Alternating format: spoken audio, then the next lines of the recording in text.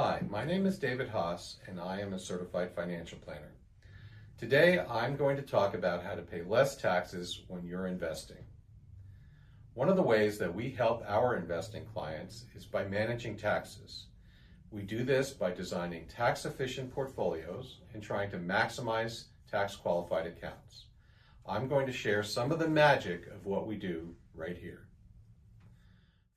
For the clients who are working and accumulating wealth, we want them to put as much as possible into their tax-qualified accounts. That may be a 401k, 403b, or an IRA.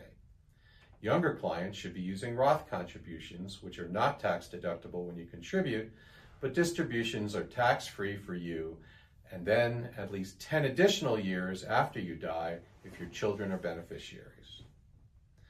We like to use tax-efficient exchange-traded funds, or ETFs, for our clients' investments. These funds are typically much more tax-efficient than mutual funds and often have lower expenses. When we invest money for clients in taxable accounts, we usually choose tax-free bonds for the fixed income portion of the portfolio.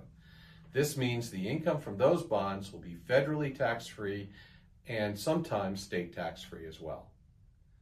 We don't trade very much in our client accounts anyway, but we are especially sensitive to trading in a taxable account. We don't want our clients to have to pay capital gains taxes if they don't have to.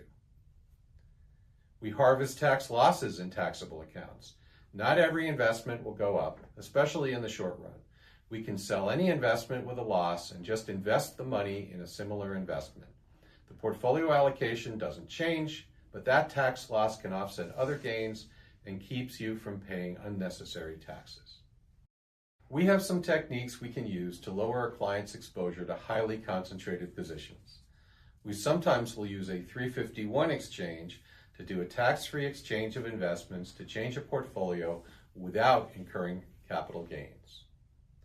The point here is that we are very aware of our clients' tax situation, and we try to reduce the impact of their investments on their taxes.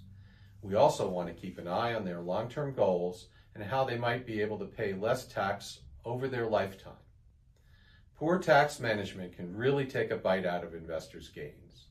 We realize that after-tax performance is what is most important.